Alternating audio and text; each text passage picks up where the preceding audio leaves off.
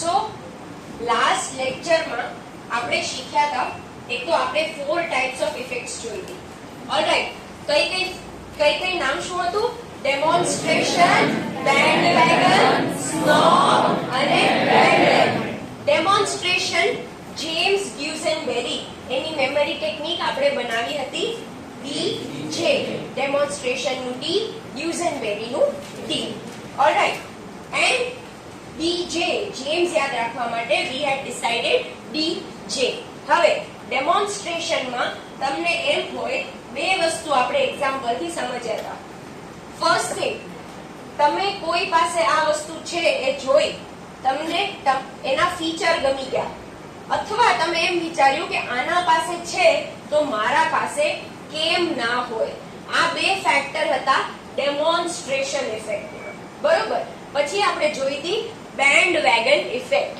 Bandwagon ઇફેક્ટમાં એમ હતું કે example એ હતો કે મને કાઠિયાવાડી ફૂડ નથી ભાવતું, સ્ટીલ હું જાઉં છું મારા ફ્રેન્ડ્સ સાથે, બીકોઝ મને એ સોશિયલ સર્કલમાં મિક્સ થવું છે, મને મારા ફ્રેન્ડ્સ સામે સારી રીતે એમના સાથે એમ દેખાડવું છે કે તમને જે ભાવે છે એ મને બી ભાવે છે. હવે બેન્ડવેગનમાં તમારી કોઈ ઓન થિંકિંગ નથી હોતી. મોડ્યુલનો વર્ડ છે ઓન થિંકિંગ.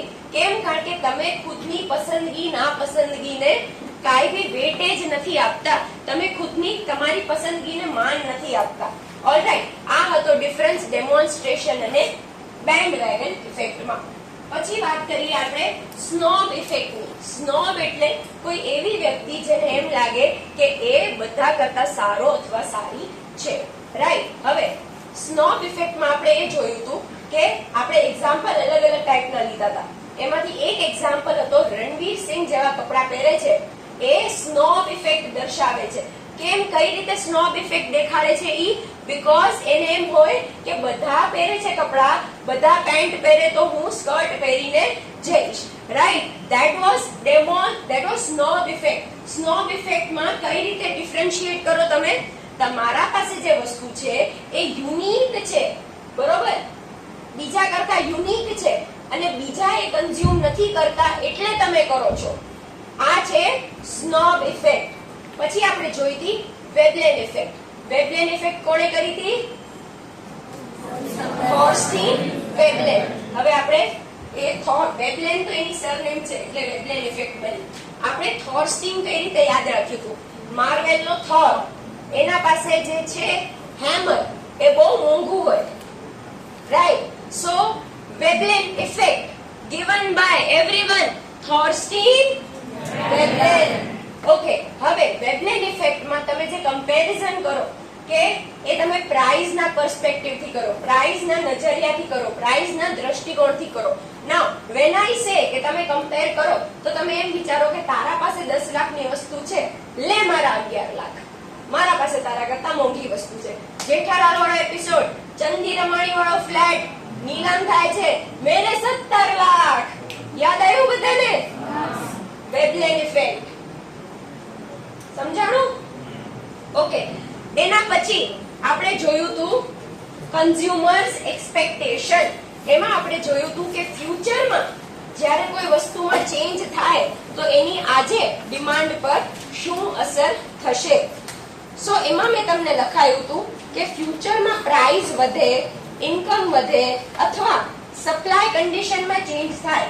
ફ્યુચરમાં પુરવઠામાં શોર્ટેજ આવે, if there is a shortage in supply in the future, તો આજની તારીખે એની પ્રાઇસ વધશે. એક્ઝામ્પલ લીધું તો આપણે પેટ્રોલ. મને ખબર પડે કાલે સવારે પેટ્રોલનો ભાવ વધવાના છે, રિલાયન્સ પેટ્રોલ પંપ પાસે આંટો મારજો, લાઈન દેખાશે. રાઈટ. સો આજે એની ડિમાન્ડ વધે છે કારણ કે કાલે પેટ્રોલના ભાવ વધવાના છે. ઇન ધ સેમ વે, તમે અગર તમારા મમ્મી સાથે કરિયાણાની ખરીદી કરવા ગયા હો તો એ ભાઈ કહેતા હોય કે બેન આજે આ લઈ લ્યો, મારા પાસે 1 મહિનો આ વસ્તુ નહીં આવે, તો આજની તારીખે તમારે ડિમાન્ડ વધે છે. પછી ઇન્કમનું આપણે એક બેઝિક વસ્તુ શીખ્યા હતા, ઇન્કમ વધે એટલે ડિમાન્ડ વધે. પછી આપણે એ જોયું હતું, અગર તમને ખબર પડે કે ગવર્નમેન્ટ આ વસ્તુમાં પ્રાઇસ ઘટાડો કરવાની છે, પ્રાઇસ ઘટવાની જોવાની છે આ વસ્તુમાં. તો આજે તમે લેશો કે પછી લેશો? એટલે આજની તારીખે પ્રાઇસ ઘટે છે. ઇન ધ સેમ વે અગર તમને એમ થાય કે તમારી આવક ઘટી ગઈ છે તો ડિમાન્ડ શું થાય? તમારી ઇન્કમ ઘટી જાય તો ડિમાન્ડ ઘટે.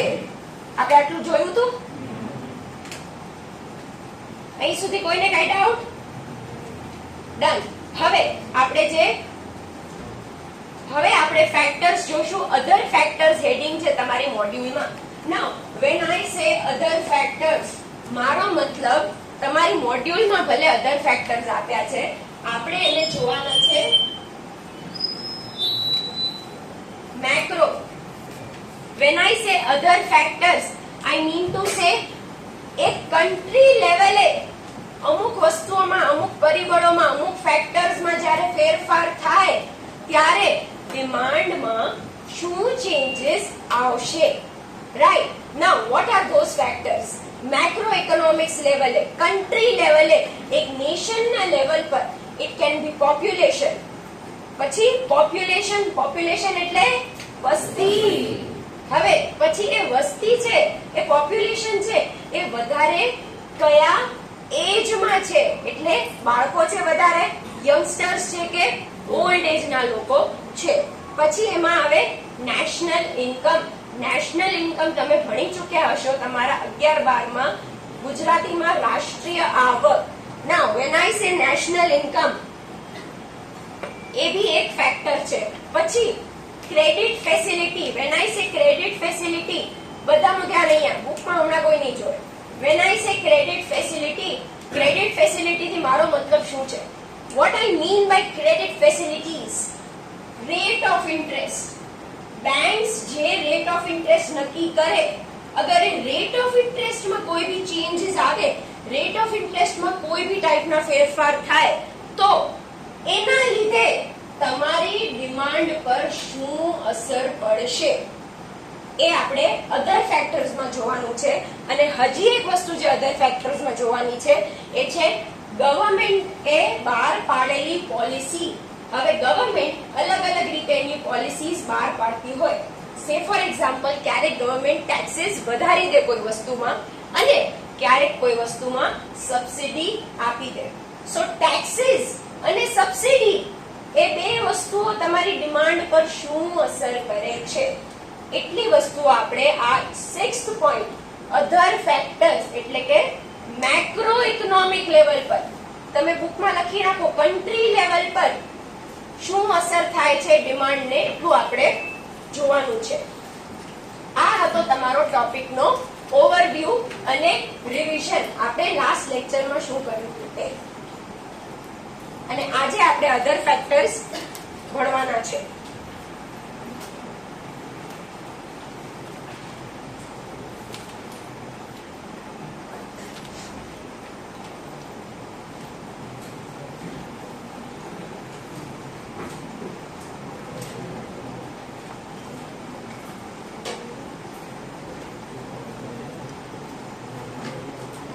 ઓકે ક્લાસ, બધાનું ધ્યાન બોર્ડ ઉપર.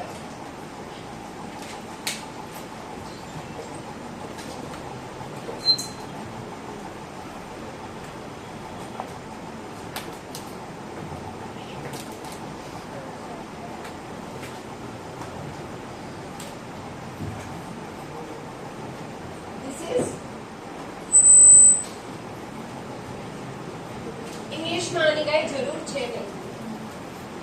This is વસ્તી. Alright.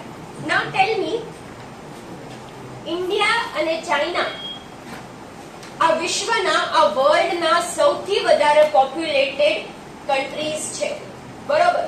વેરએઝ ઓસ્ટ્રેલિયા એવી બધી જગ્યાએ વેસ્ટમાં પોપ્યુલેશન કંટ્રોલમાં છે. હવે this is ઇન્ડિયા વર્સિસ અગર હું કહું ઓસ્ટ્રેલિયા. આ બે કન્ટ્રીઝમાં વધારે ડિમાન્ડ કઈ જગ્યાએ હશે, કઈ કન્ટ્રીમાં હશે? કેમ? પોપ્યુલેશન વધારે છે. તમને નેચરલી એક ગ્રાહકનો 2 મળી જાય છે ત્યાં. એક કન્ટ્રીમાં જ તે તમને કસ્ટમર બેઝ મળી જાય છે. હવે જીઓ છે એ ઇન્ડિયામાં કેમ સક્સેસફુલ ગયું? કારણ કે ઓલરેડી અહીંયા પોપ્યુલેશન વધારે છે. સમજાણું? સો અગર હું એમ નથી કહેતી જીઓ ઓસ્ટ્રેલિયામાં જાય તો પ્રોફિટેબલ નહીં હોય, હશે પ્રોફિટેબલ, બટ પોપ્યુલેશન પર પણ તમારી ડિમાન્ડ ડિપેન્ડ કરે. વધારે લોકો છે તો નેચરલી એમને વસ્તુઓની અને સેવાઓની, ગુડ્સ એન્ડ સર્વિસીસની વધારે જરૂર પડશે. રાઈટ? સો જે કન્ટ્રીમાં વસ્તી, જે કન્ટ્રીમાં પોપ્યુલેશન વધારે હોય એ કન્ટ્રીઝમાં તમારે ગુડ્સ એન્ડ સર્વિસીસ, વસ્તુઓ અને સેવાઓની ડિમાન્ડ પણ વધારે હશે. ધેરફોર શું આપણે એવું કહી શકીએ કે વસ્તી, population and demand direct relationship છે? યસ. આ હતો તમારો પહેલો પોઈન્ટ. હમણાં લખવાનું નથી, હું લખાવું છું, સારી સાંભળો અત્યારે બધા. પછી when I say age, કોરોનાની પહેલી વેવ જ્યારે ખાલી ઓલ્ડર જનરેશનને એટલે વૃદ્ધ લોકોને અસર કરતી હતી, એ પહેલી વેવ હતી. એમાં ઇન્ડિયામાં એટલી ડેથ નહોતી થતી ત્યારે. સો ગવર્નમેન્ટ વોઝ સેઇંગ કે અમારું કામ એટલું સારું હતું એટલે અમારે ત્યાં એટલી ડેથ નથી થતી. પણ હકીકત શું હતી? ઇન્ડિયા એક યંગ પોપ્યુલેશન નું કન્ટ્રી છે. ઈ વેવ એવી હતી જ નહીં કે જે યંગ લોકોને એફેક્ટ કરે. ઇન્ડિયામાં અગર 80%, 60%, 70% ખાલી યંગ લોકો છે તો કન્ટ્રી લેવલ પર પણ એ અસર કરશે. હવે when I say કે ઇન્ડિયામાં વધારે યંગ લોકોની વસ્તી વધારે છે, પોપ્યુલેશન યંગ લોકોનું વધારે છે ઇન્ડિયામાં, રાઈટ? સો ટેલ મી સમથિંગ. અગેન આપણે જીઓ પર આવી ગયા. જીઓ કેમ આ ડિજિટલ રેવોલ્યુશન થયું, ઇન્ટરનેટની ક્રાંતિ થઈ આપણા દેશમાં, એ કેમ સક્સેસફુલ ગઈ? Young generation. બીકોઝ તમારા અને મારા જેવા લોકોને ઇન્ટરનેટની જરૂર છે. કોર્પોરેટમાં કામ કરતા હોય એને જરૂર છે, સ્ટુડન્ટ્સ હોય એને યુટ્યુબ પર જરૂર પડે, બરોબર? ઇન્ટરનેટ વગર ભણવું આજની તારીખમાં પોસિબલ નથી. સો અગેન જીઓ કેમ આટલું સક્સેસફુલ થયું? પોપ્યુલેશન વધારે અને એમાં યંગર પોપ્યુલેશન વધારે. જે ડિજિટલ ક્રાંતિની જરૂર હતી આપણા દેશમાં એ જીઓ એટલે લાવી શક્યું કારણ કે અહીંયા ડિમાન્ડ હતી યંગ લોકોની. એજ ડિસ્ટ્રીબ્યુશન.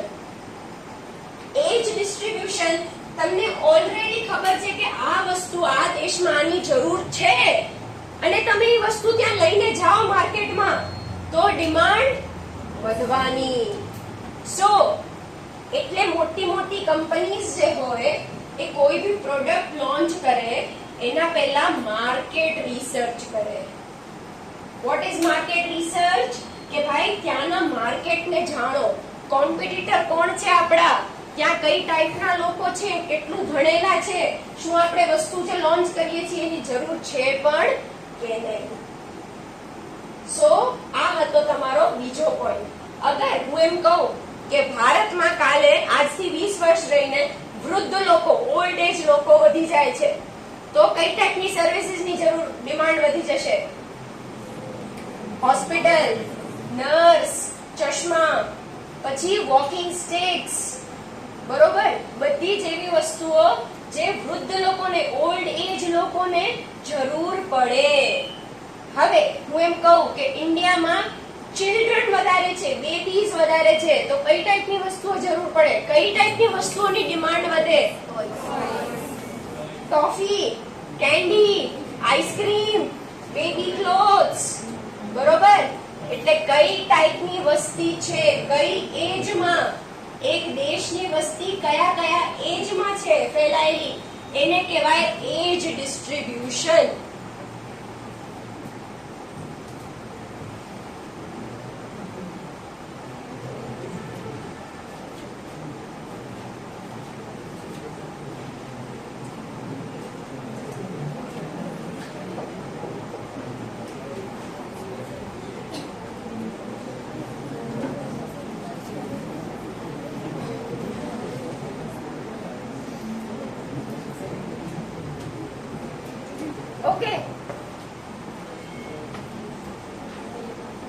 પહેલા 2 પોઈન્ટ કવર થયા.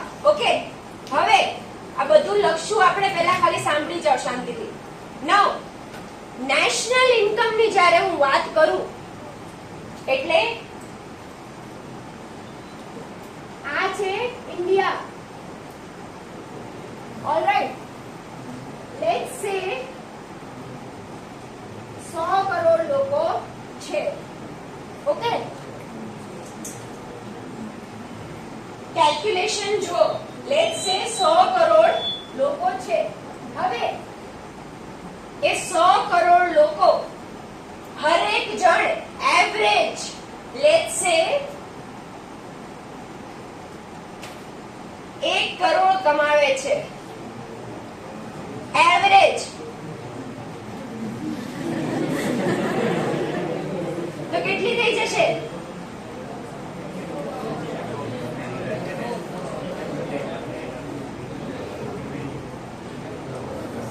કરોડમાં કેટલા ઝીરો આવે? 7. બરોબર. સો 7 અને 7 14 અને 100 ના 2 એટલે 16 zeros.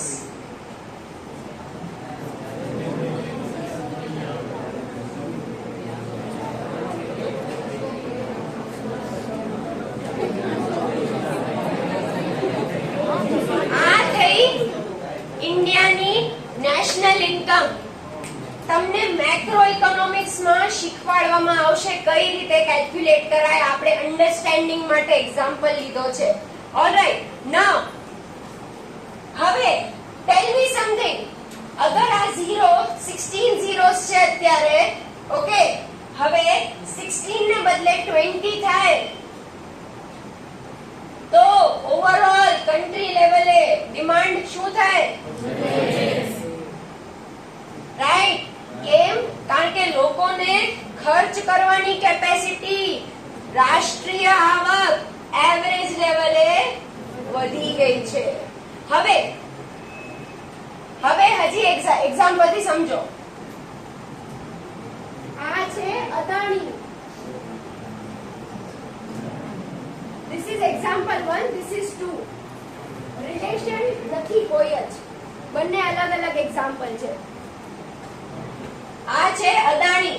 રાતોરાત અદાણીની આવક 1000 કરોડ થી વધે છે. રાતોરાત. ઓલરાઈટ, હવે આ કન્ટ્રીમાં આવો, આ તમે એક કીધો, લેટ્સ સે આવા 100 અદાણી છે તો કન્ટ્રી લેવલે 1 લાખ કરોડ.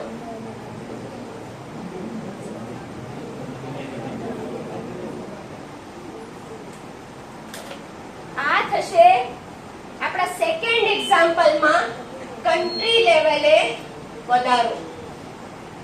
હવે અદાણી છે, એના પાસે ઓલરેડી એની બેઝિક નીડ્સ, રોટી, કપડા, મકાન, લક્ઝરી ઘણી હદ સુધી એને ફૂલફિલ કર્યું છે. ઘણી હદ સુધી અદાણી છે એની બેઝિક જરૂરિયાતો પૂરી થઈ ચૂકી છે. આ તો એ એક્સ્ટ્રા લાલચમાં કમાવી ગયો એટલા. રાઈટ. હવે ટેલ મી, અદાણીના સિનેરિયોમાં ઓવરઓલ કન્ટ્રી લેવલે ડિમાન્ડ થોડીક વધશે, એકદમ વધશે કે શું થશે? ડિમાન્ડ થોડીક વધશે. રાઈટ. સે ફોર એક્ઝામ્પલ, અગર એના ઘરમાં 20 રોલ્સ રોયસ હોય તો એના બદલે હવે કદાચ 25 થઈ જશે. રાઈટ. એના ઘરમાં અગર રોજ 1000 રોટલી બનતી હોય વર્કર્સની બધાની મળીને, તો કદાચ હવે 1100 રોટલીઓ બનશે એક ટાઈમમાં. નાઉ હવે આ જ એક્ઝામ્પલ આપણે કન્ટિન્યુ કરીએ.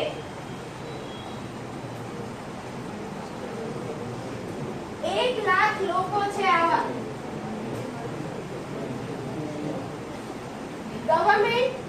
ગવર્નમેન્ટ નક્કી કરે છે કે બધાને 1 કરોડ ફ્રીમાં આપીશ.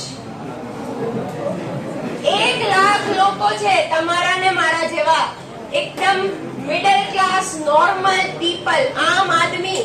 બરોબર. સરકાર રાતોરાત નક્કી કરે છે કે આ 1 લાખ લોકોને 1 કરોડ રૂપિયા ફ્રીમાં બાંટવાના છે. ગાંડાની જેમ મળશે. સમજાણું? સો તમારી નેશનલ ઇન્કમ કયા ક્લાસના લોકોમાં વધે છે એ બી એટલું જ મહત્વનું છે. નેશનલ ઇન્કમ વધે છે, ધેટ ઇઝ ઇમ્પોર્ટન્ટ. રાષ્ટ્રીય આવક વધે છે એ ડેફિનેટલી 100% મહત્વનું છે. બટ અગર તમારી રાષ્ટ્રીય આવક, અગર તમારી નેશનલ ઇન્કમ માત્ર ને માત્ર અમીર લોકોમાં વધે છે તો ડિમાન્ડ એટલી બધી નહીં વધે. સમજાણું? સમજાય છે હું શું કહું છું? ઓકે. નાઉ વેરેઝ આપણા એક્ઝામ્પલમાં તે 1 લાખ લોકોને 1 કરોડ વધે. જો આમાં 1 લાખ કરોડ વધશે, આમાં 1 લાખ કરોડ વધશે આવક, બટ ડિમાન્ડ આ સિનેરિયોમાં વધશે. આ હતો તમારો ત્રીજો પોઈન્ટ. ઓકે, હવે એક સ્ટોરી તરફ આગળ વધીએ.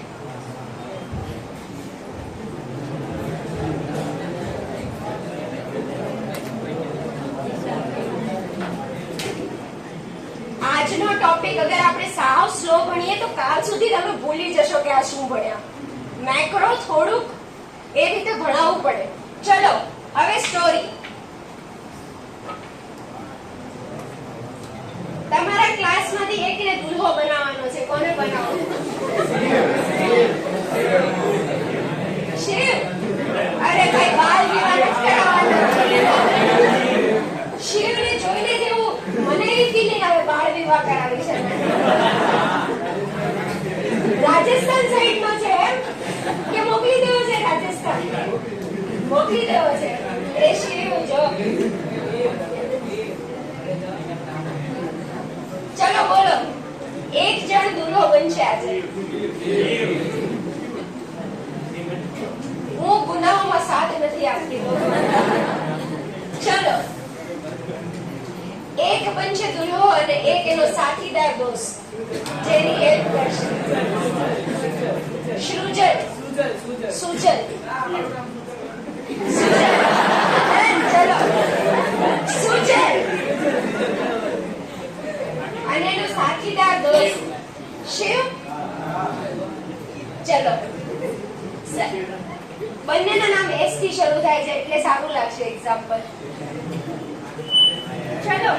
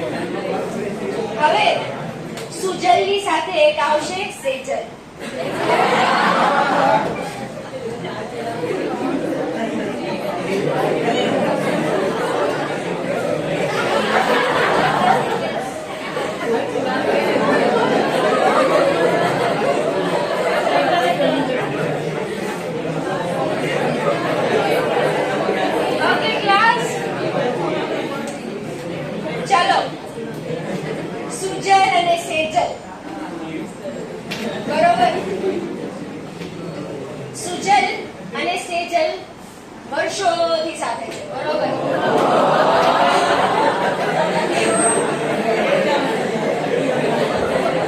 હવે સુજલ બની ગયો છે સીએ. એટલે સેજલ એને કહે છે કે મેં તારા સ્ટ્રગલમાં તારું સાથ બહુ આપ્યું. હવે એ સમય આવી ગયો છે કે આપણે બધા વચ્ચે જાહેર કરી દઈએ. સો સેજલ કે છે સુજલને, તું મારા પપ્પાને મળવા આવ. બરોબર? શું થયું? સામું ન જો, કોઈ સામું નહીં જોવે. ચલો. અરે યાર ગભરાઈ જાય, દુબળો છે શું તમે? ચલો લેટ્સ ફોકસ, સ્ટોરી પર ફોકસ કરીએ આપણે. બધાનું ધ્યાન સ્ટોરી પર. સુજલ જાય છે સેજલના ઘરે. શિવની એન્ટ્રી બહુ લેટ થવાની છે એટલે આરામ કરો. સુજલ જાય છે સેજલના ઘરે. હોલમાં એન્ટર થાય છે અને ત્યાં સેજલના પપ્પા આમ સાઉથના કોઈ વિલન હોય એવી રીતે આમ ગુજરાત સમાચાર લઈને બેઠા છે. બરોબર? તો પણ ગુજરાતીઓ તો ગુજરાતી, આપણે જ્યાંના છીએ ત્યાંની જ વાત કરું ને. ત્યાંના રાજસ્થાનમાં જ ઇન્ટરેસ્ટ છે. ચલો. સો સેજલના પપ્પા આમ મૂછ હોય બહુ એકદમ આમ ડરાવવા માટે જ રાખી હોય ને કે દીકરીને પ્રોટેક્ટ કરશે, એ ટાઈપની પેલી મૂછ હોય ને સર્ક્યુલર, એવી રાખી છે. સુજલ પેલા જોવે છે. એ પેલા તો છાપું વાંચતા હોય. બરોબર? તો છાપું વાંચે એટલે હાઈટ નો દેખાય. તો સુજલ થોડો ફોર્મમાં આવે છે. સુજલ વિચારે છે કાઈ નહીં, છોકરીના બાપા હોય તો શું ઊભી છીએ છું, આમ થોડી જેસે રહેશે કે થોડી રોમસેટ રોમિયો છું કે ભાઈ આવી ગયો એમ. તો સુજલ જાય છે ફોર્મમાં એકદમ. પછી એ શરૂ કરે છે, સર. એના પપ્પા પેલા આમ જોવે છે એને, क्या कौन क्या है, कौन हो तुम? 2 मिनट आपसे बात करनी है. अरे सुजल थोड़ा गभराय ने, ગભરાય તો માતૃભાષા થોડી નીકળે. ગભરાય તો પેલા થોડુંક ઇમ્પ્રેસ કરવાનું હોય ને એટલે હિન્દી નીકળે ને. સમજાણો? હવે સુજલ થઈને એમ કે એ કાકા કેવું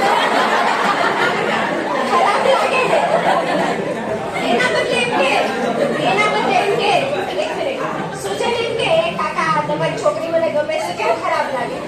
if he says કે સર कैसे हो आप, आपसे 2 मिनट बात करनी है, કયું વધારે પ્રોપર લાગે? હિન્દી. ચલો. સો પહેલા તો સુજલ જઈને ફોર્મમાં કે છે. તો સેજલના પપ્પા ઊભા થાય છે. ઊભા થાય છે એટલે સુજલ હાઈટ જોવે છે. આમ 6 feet સમથિંગ, મુસ્ટંડા એકદમ, આમ કુસ્તી રડતા હોય એ ટાઈપના. એટલે સુજલ થોડો ડરી જાય છે. સુજલને ખબર પડે છે કે હવે ભાઈ બહુ મહેનત કરવી પડશે. ફોર્મમાં કહી તો દીધું. બરોબર? આ આપણે સેજલના પપ્પા બી ડ્રો કરીએ.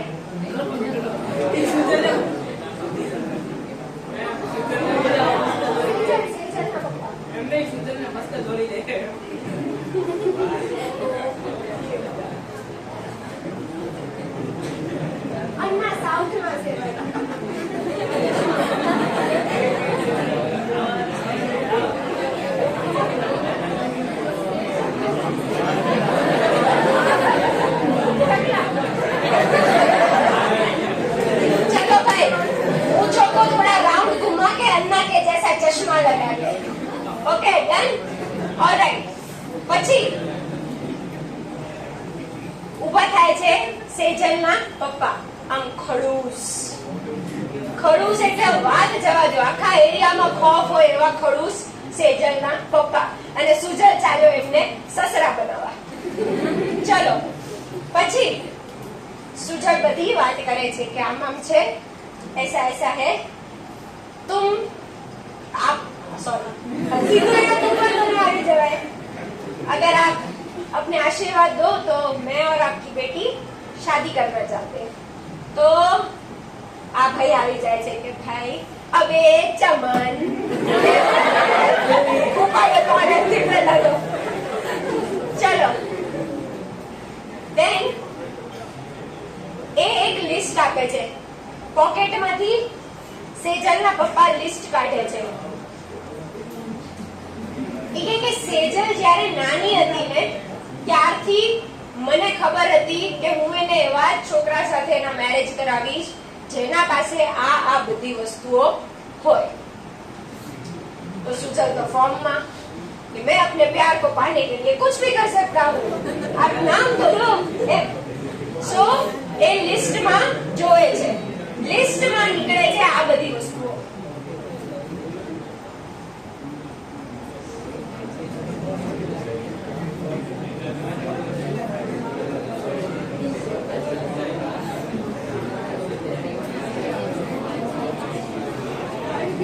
BHK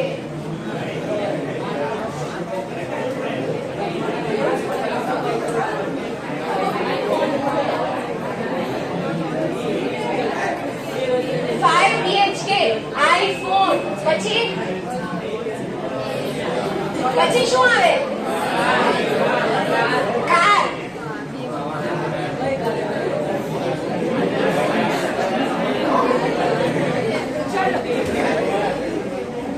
ચલો હવે આટલું. હવે બસ. હવે આ લિસ્ટ જોઈને સુજલ પહેલા સેજલના પપ્પાને કહે છે પણ સર હું પોતે એમાં યુઝ કરું છું, હું કેમ આઈફોન લઉં? કે જે હોય મારી છોકરી એવા છોકરા સાથે લગ્ન કરશે જે એને આઈફોન અપાવી શકે. બરોબર. 5 BHK અને કાર. હવે આટલી વસ્તુઓ લેતા સુજલને જરૂર પડે એટલીસ્ટ 2 કરોડની. 2 કરોડ થઈ જાય આરામથી.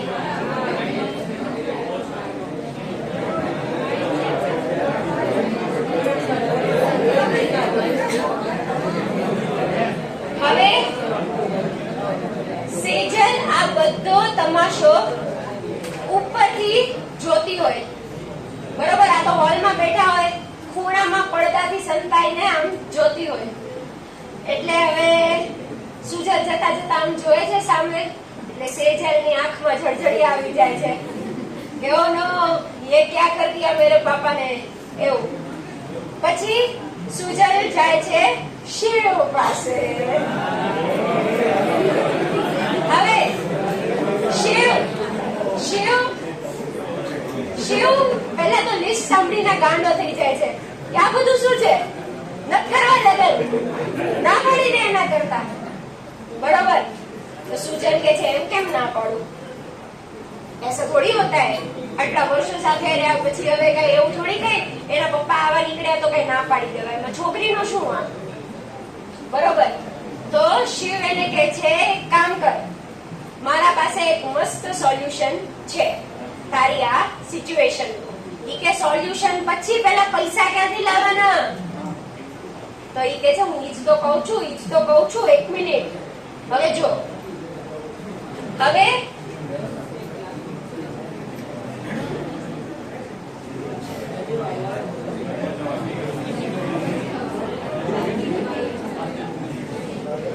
શિવ અને સુજલ આ રસ્તો છે. બરોબર.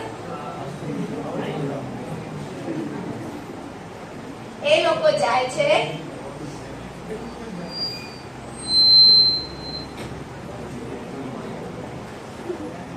બેંકમાં. બરોબર. બેંકમાં જાય છે એટલે બેંકમાં ફરીથી બીજો મુસ્ટંડો નીકળે, મેનેજર જે લોન પાસ કરે. તો સુજલને ઘડી કેમ થાય કે આજે બધા મુસ્ટંડા જ ફટકાવવાના મને, બધા વિચિત્ર સાવ. ઈ બિચારો આટલો ડાયો ઘોડો દેખાય છે.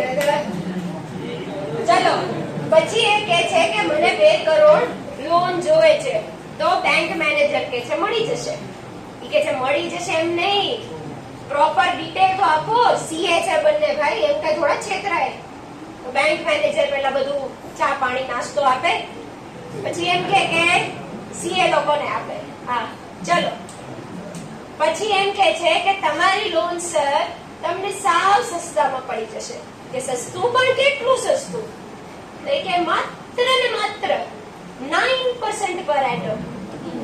આટલું સસ્તું. સુજલ કે છે ગાંડો થયો છો, હું કે અભણ છું અહીંયા કે ભાઈ 9% લોન થોડી કે જોયા છે હે. પછી કે છે હાલો ભાઈ જવા દો અહીંથી નીકળી જાઓ. આ ગઈ કેન્સલ. પછી એ જાય છે બીજી બેંકે. અહીંયા છે બીજી બેંકનો રસ્તો.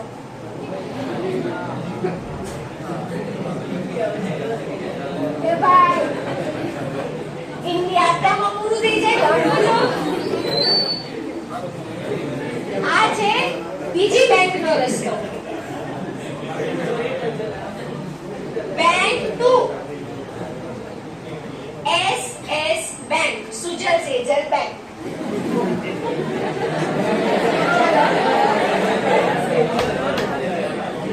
ચલો, સુજલ સેજલ બેંકની ખાસિયત એ છે કે એ આવા પ્રેમી પંખીડાઓને સસ્તામાં લોન આપે, આવા મુસ્ટંડા બાપા સાથે ડીલ કરવા માટે. ઓકે, હવે ત્યાં એને મળે છે મેનેજર.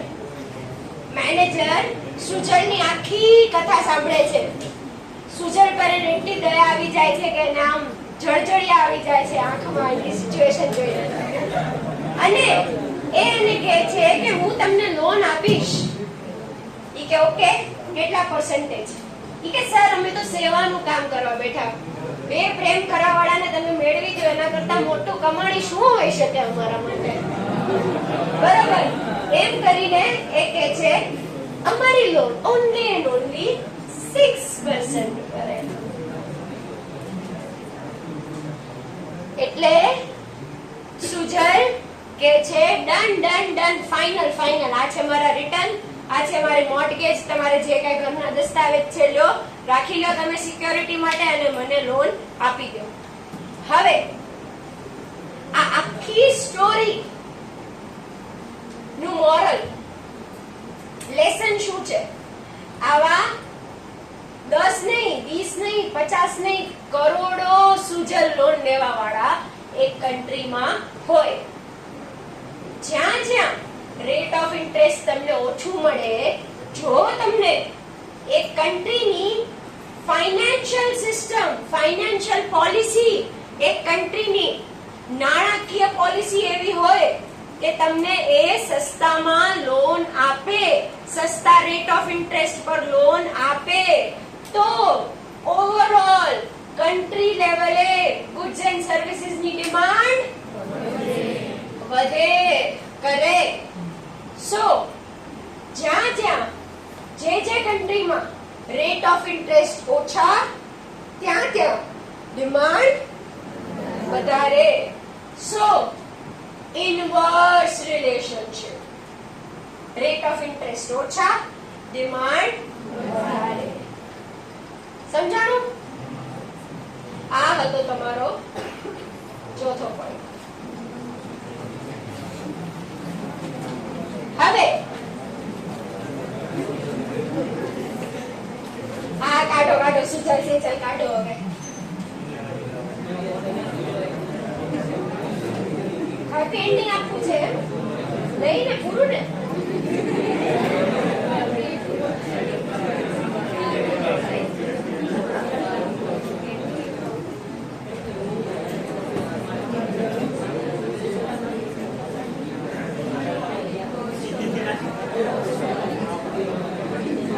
ઓકે, ના હવે થોડીક સિરિયસ સ્ટોરી. રિયલ લાઈફમાં અત્યારે થોડાક જ ટાઈમ પહેલા ટેરિફ વોર ચાલી રહી હતી બિટવીન યુએસએ એન્ડ ચાઇના. કોને કોને ખબર છે? હાથ ઉપર કરો. શો ઓફ હેન્ડ્સ, કોને કોને ખ્યાલ છે? Okay, done. હવે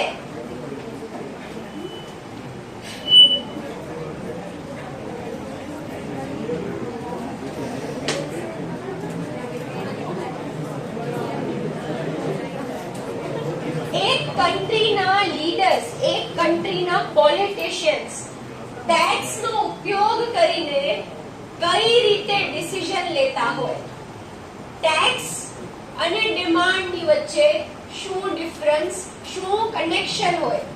ના when I say country ના leaders tax ને હથિયારની જેમ યુઝ કરે છે, બે સિનેરિયો આવે. એક તો બે કન્ટ્રીઝ અંદર ટેક્સ ને લઈને બાંધે, અને બીજું એક કન્ટ્રી ખુદના કન્ટ્રીમાં કઈ વસ્તુ પર કેટલો ટેક્સ લાગશે એના બેઝ પર ડિમાન્ડ કંટ્રોલ કરે. એક one is outside country, second is within country. આપણે બંને એક્ઝામ્પલ શીખવાના છે અત્યારે, રાઈટ? બધાનું ધ્યાન બોર્ડ ઉપર.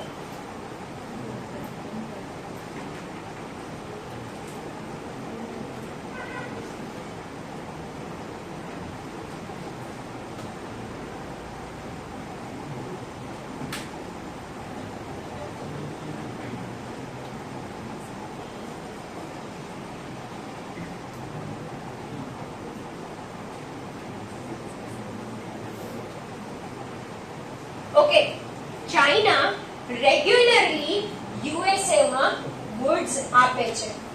ઓકે, એટલે યુએસએ બને ઇમ્પોર્ટર, ચાઇના બને એક્સપોર્ટર.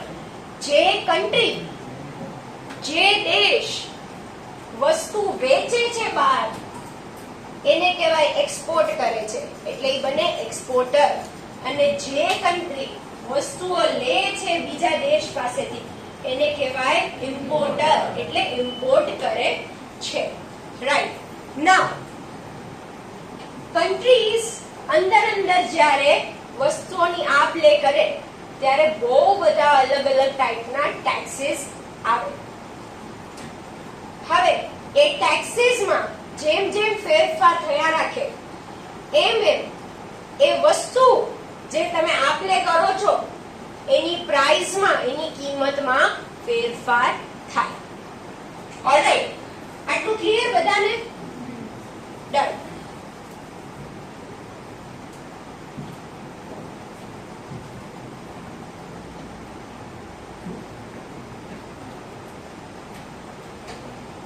ટેરિફ વોર જે હમણાં ચાલી હતી એ ચાલતી હતી યુએસએ અને ચાઇના વચ્ચે.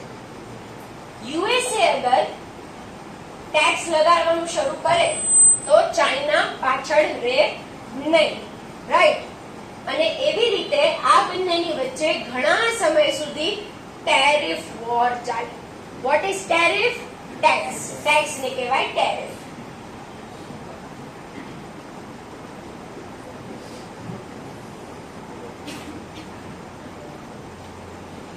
હવે આ ટેરિફ વોર ના એટલી સિરિયસ થઈ ગઈ કે એક સમયે શું થયું? એક સમયે ઇફેક્ટિવલી ચાઇનામાંથી જે વસ્તુઓ યુએસએ માં જતી હતી એના પર 900% ટેક્સ ઇફેક્ટિવલી કન્ટિન્યુઅસ ક્યુમ્યુલેટ થઈ થઈને એટલે સપોઝ ચાઇનામાંથી એ વસ્તુ 1 રૂપિયાની જાય તો એના પર એ વસ્તુ ત્યાં જઈને 900 રૂપિયાની થઈ જાય. આટલી સિરિયસ મેટર થઈ ગઈ હતી. હવે આ ટેરિફ વોર થી ઇન્ટેન્શન ટ્રમ્પનો શું હતો? What Trump wanted to do? Tax વધે એટલે પ્રાઇસ વધે. આ છે ચાઇનીઝ ગુડ્સ. ટેક્સ વધે, પ્રાઇસ વધે, અને at the end of the day USA માં ચાઇનીઝ પ્રોડક્ટની ડિમાન્ડ ઘટે.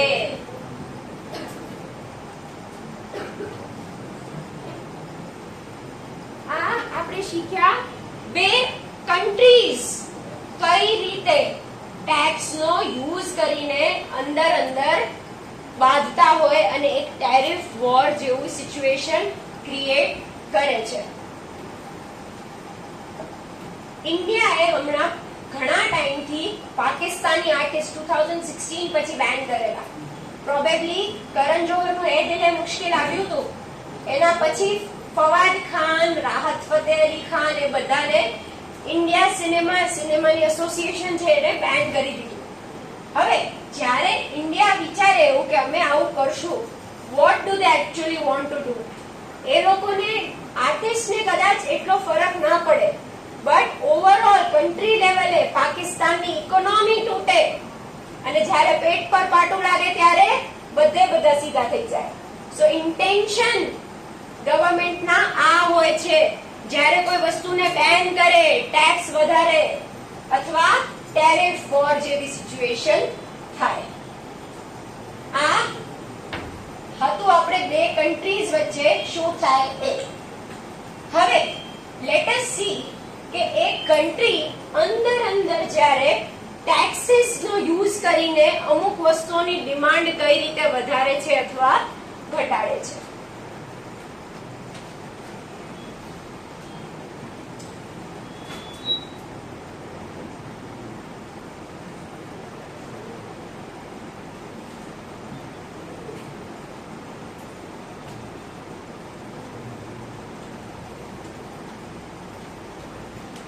ITC ફૂલ ફોર્મ ક્લાસમેટની બુક્સ જે યુઝ કરતા હોય એ ITC બનાવે છે.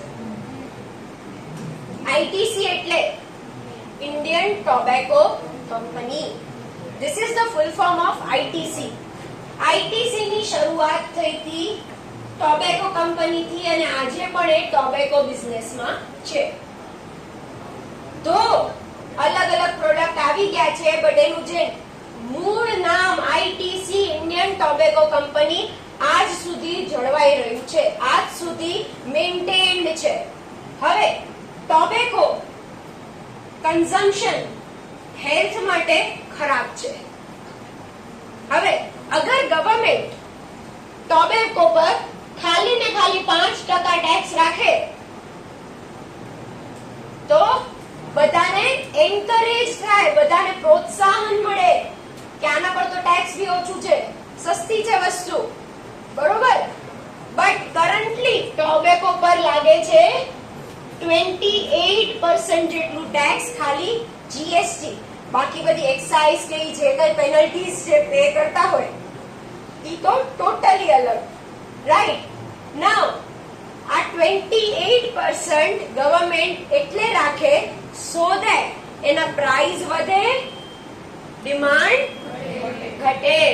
ઇન્ટરનલી એક દેશની સરકાર ટેક્સનો આવો ઉપયોગ કરતી હોય છે અમુક ખરાબ વસ્તુઓનું સેવન, અમુક ખરાબ વસ્તુઓનું કન્ઝમ્પશન કંટ્રોલ કરવા. આ એક્સટર્નલી જોયું અને આ ઇન્ટરનલી. ગવર્નમેન્ટ અત્યારે ઘણા સેક્ટરમાં સબસિડી આપે છે. Electric vehicle, EV, solar,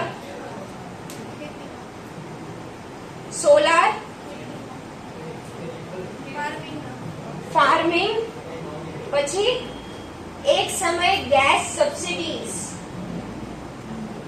BJP ગવર્નમેન્ટનો સૌથી મોટું જ્યારે એનો પહેલો ટર્મ હતો ત્યારે ઇટ વોઝ ગેસ સબસિડી. હવે ગેસ સબસિડી થી શું થતું હતું, તમે ગેસના બાટલાના પૈસા આપો અને એ સબસિડી તમને તમારા બેંકમાં કેશબેક ની જેમ ઘણીવાર આવતી, રાઈટ. નાઉ ટેલ મી સમથિંગ, આ બધી સબસિડીઝ જેવી રીતે ગવર્નમેન્ટ ટેક્સ નો યુઝ કરે છે કોઈ વસ્તુઓનો ડિસ્કરેજ કરવા, પ્રોત્સાહન ન આપવા, એવી રીતે ગવર્નમેન્ટ સબસિડીનો યુઝ કરે અમુક વસ્તુઓને પ્રોત્સાહન આપવા. ઈવી ને કેમ અત્યારે આટલી બધી સબસિડી મળી રહી છે? કારણ કે પોલ્યુશન વધે છે પેટ્રોલ થી, ધુમાડાથી, રાઈટ. સો ગ્રીન ટ્રાન્સપોર્ટેશન, કે ભાઈ ઇલેક્ટ્રિસિટી થી કોઈ વસ્તુ ચાર્જ થાય છે. સો સબસિડી મળે તો એનાથી ડિમાન્ડ વધે, સબસિડી મળે પ્રાઇસ ઘટે, પ્રાઇસ ના રિલેશનમાં હંમેશા વસ્તુ જોવાની. when we say demand, કોઈ એક એવી વસ્તુ થાય, કોઈ એક એવી સિચ્યુએશન થાય જે પ્રાઇસ ને અસર કરે અને price at the end of the day demand ને અસર કરે.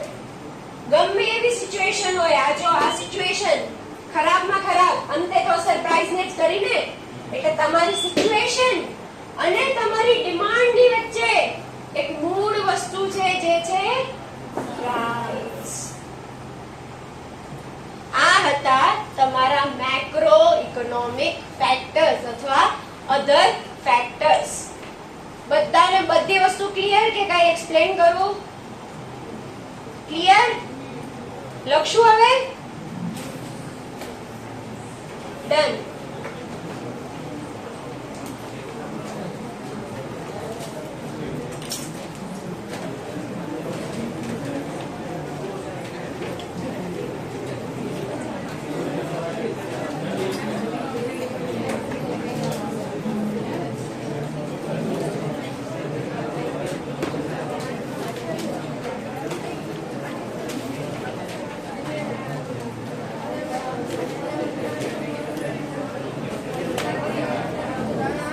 બોર્ડ પર ડ્રો કરીશ, તમારે તમારી ફેરબુકમાં લખવાનું રહેશે. ઓકે, એકવાર ચાર્ટ બનાવી લઉં સરખો.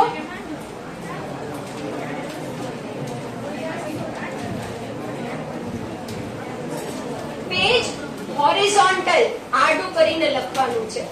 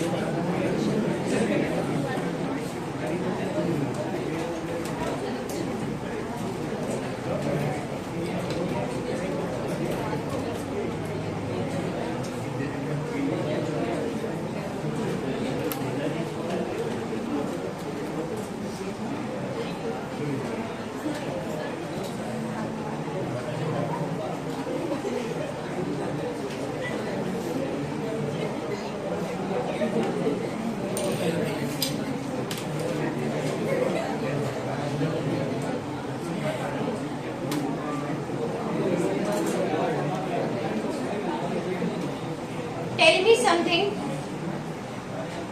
અગર બહુ બધા લોકો ગામડાથી શહેર તરફ શિફ્ટ થાય તો ડિમાન્ડ કઈ જગ્યાએ વધારે હશે? સિટીમાં. સો અગર રૂરલ એરિયાથી તમે અર્બન એરિયા એટલે ગામડાથી તમે સિટી સાઇડ શિફ્ટ થાઓ છો તમે, તો ઓવરઓલ લેવલે ગુડ્સ અને સર્વિસીસની ડિમાન્ડ સિટીમાં વધારે હશે. ઇન શોર્ટ, જે એરિયામાં વધારે લોકો ત્યાં વધારે ડિમાન્ડ.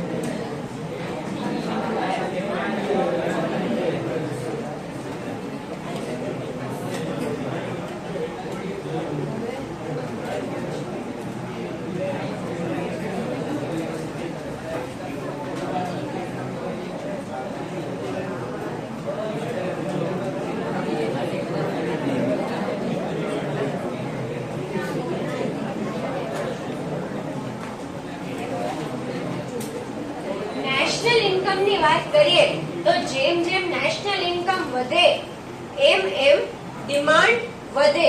બટ કઈ ટાઈપના ગુડની ડિમાન્ડ વધે?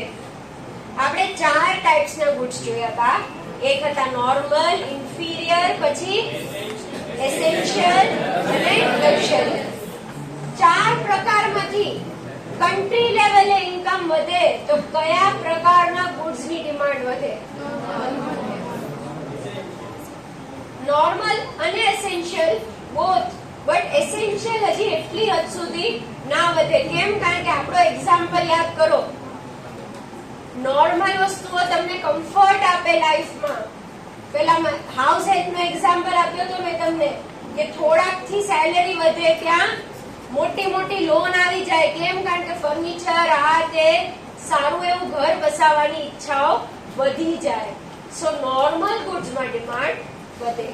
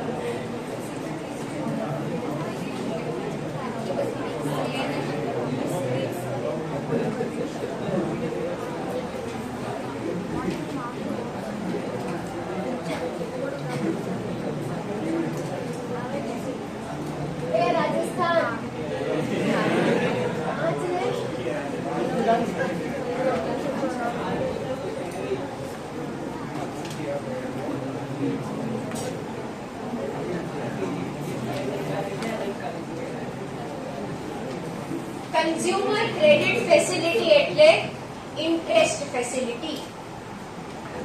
ઇન્ટરેસ્ટ આપો તમે, ઈ વાળી ફેસિલિટી એને કહેવાય ક્રેડિટ ફેસિલિટી.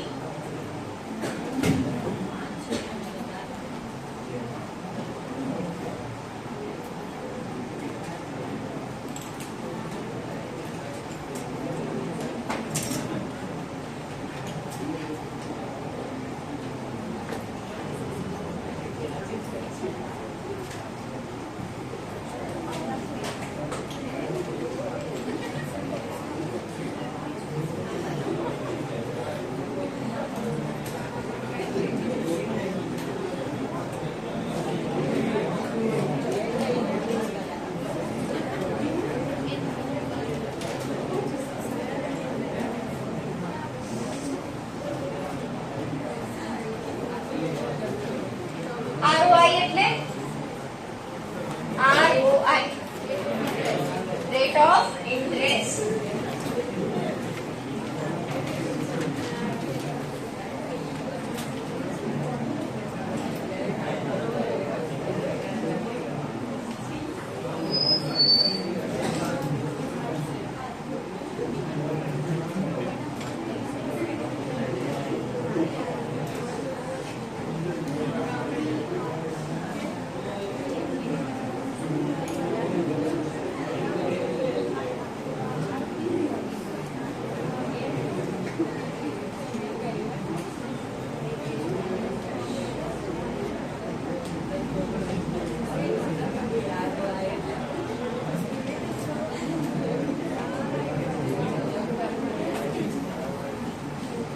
રફ કરું છું size of population. 5th point હું અહીંયા લખું છું, તમે 5th એરો બનાવીને લખજો.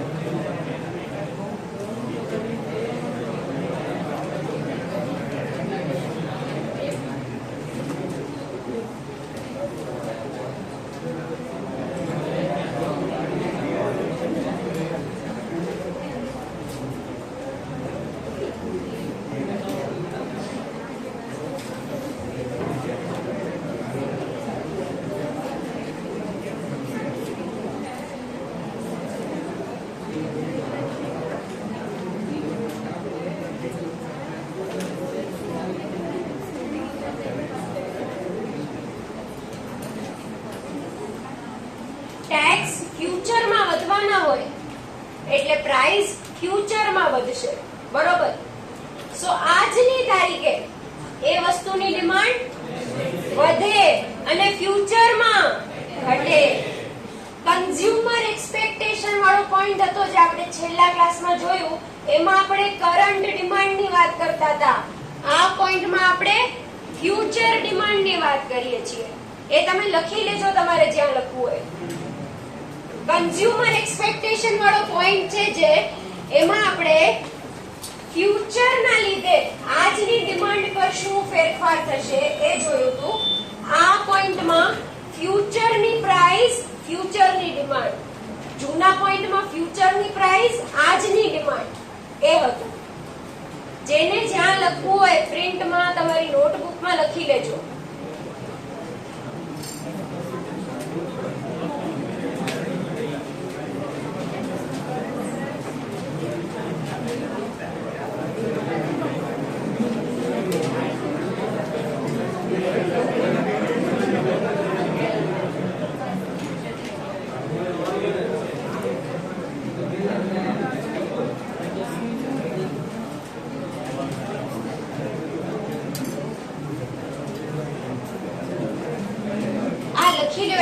સમરી લખાવી લો.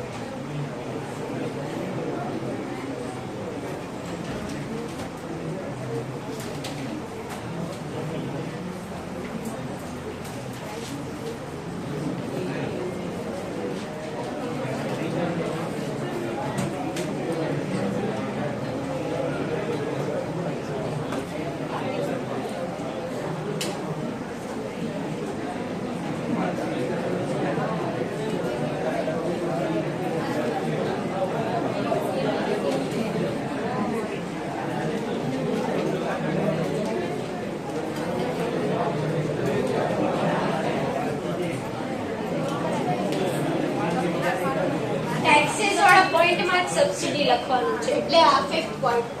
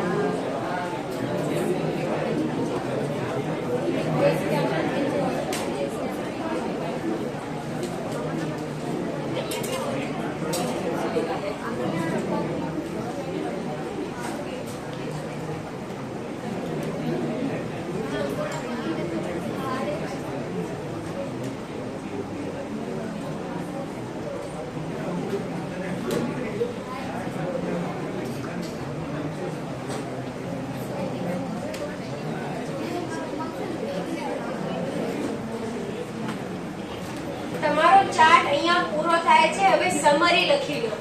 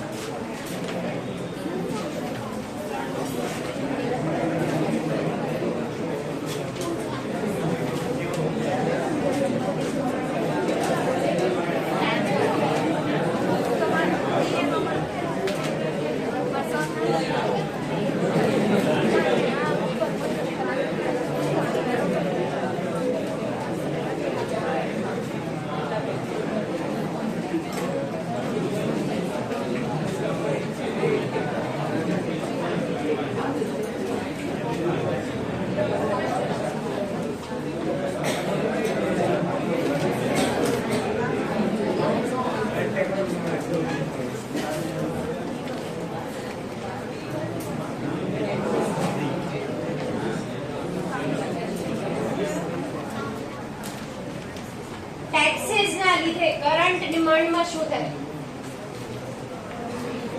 કરંટ એટલે આજની. ટેક્સીસ ફ્યુચરમાં વધવાના હોય તો કરંટ ડિમાન્ડ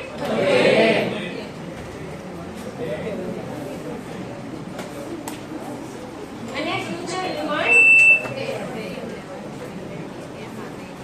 સબસિડી ફ્યુચરમાં મળવાની હોય તો કરંટ ડિમાન્ડ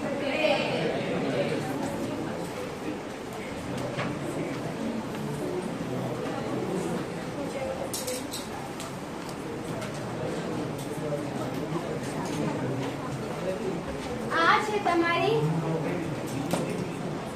આ મેં સમરી લખાવી. આ પોઈન્ટ આપણે કન્ઝ્યુમર્સ એક્સપેક્ટેશનમાં જોયું હતું કરંટ ડિમાન્ડ વાળું, અને આ આપણે ફ્યુચર ડિમાન્ડ વાળું આજ જોયું.